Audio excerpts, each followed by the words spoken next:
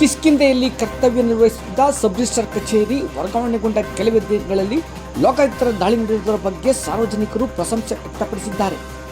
ಬೆಂಗಳೂರು ದಕ್ಷಿಣ ಜಿಲ್ಲೆಯ ಚನ್ನಪಟ್ಟಣ ನಗರದ sub registrar ಕಚೇರಿ ತಿರುಪತಿ ತಿಮ್ಮಪ್ಪನ ಉಂಡಿಯಂತೆಯೇ ಪ್ರಸಿದ್ಧಿ ಪಡೆದಿತ್ತು ಎಂದು ವ್ಯಾಖ್ಯಾನಿಸಲಾಗಿದೆ. ಅಲ್ಲದೆ ಕಚೇರಿಯ ಒಳಗೆ ಹೊರಗೆ ದಲ್ಲಾಳಿಗಳ ಕಾರುಬಾರು ಕೂಡ ಹೆಚ್ಚಾಗಿತ್ತು.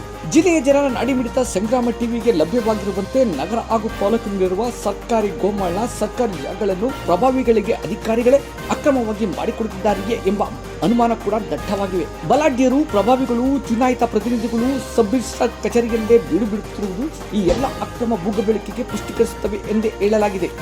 ಸಬ್ ರಿಜಿಸ್ಟ್ರಾರ್ ಕಚೇರಿಯ ಅಧಿಕಾರಿ ಸಿಬ್ಬಂದಿಗಳು ಕೂಡ ಕಚೇರಿಯ ಬಗ್ಗೆ ಯಾವುದೇ ನೆಗೆಟಿವ್ ಸುದ್ದಿ ಬಂದರೂ ಕ್ಯಾರೆ ಅನ್ನುವುದಿಲ್ಲವಂತೆ. ನಾವು ಕೊಟ್ಟೇ ಬಂದಿರುವುದು ಹಾಗೆ ಸುಮ್ಮನೆ ಎಂದು ಬಹಿರಂಗವಾಗಿಯೇ ಹೇಳುತ್ತಾರೆಂದು ಹೇಳಲಾಗಿದೆ. ಈ ಎಲ್ಲ ಮಾಹಿತಿಯನ್ನು ಪಡೆದ ಬೆಂಗಳೂರು ದಕ್ಷಿಣ ಜಿಲ್ಲೆಯ ಖಡಕ್ ಲೋಕಾಯುಕ್ತ ಎಸ್ಪಿ ಸ್ನೇಹ ತಂಡ ದಾಳಿ ಮಾಡಿದೆ. ಲೋಕಾಯುಕ್ತರ ದಾಳಿಯಿಂದ ಬೆವರಿಳಿಸಿಕೊಂಡ ಅಧಿಕಾರಿಗಳು, ಸಿಬ್ಬಂದಿ ವರ್ಗ ಕೆಲ ತಾಸು ನಡುಗುಹೋಗಿದ್ದಾರೆಂದು ಕೂಡ ಕೇಳಿಬಂದಿದೆ.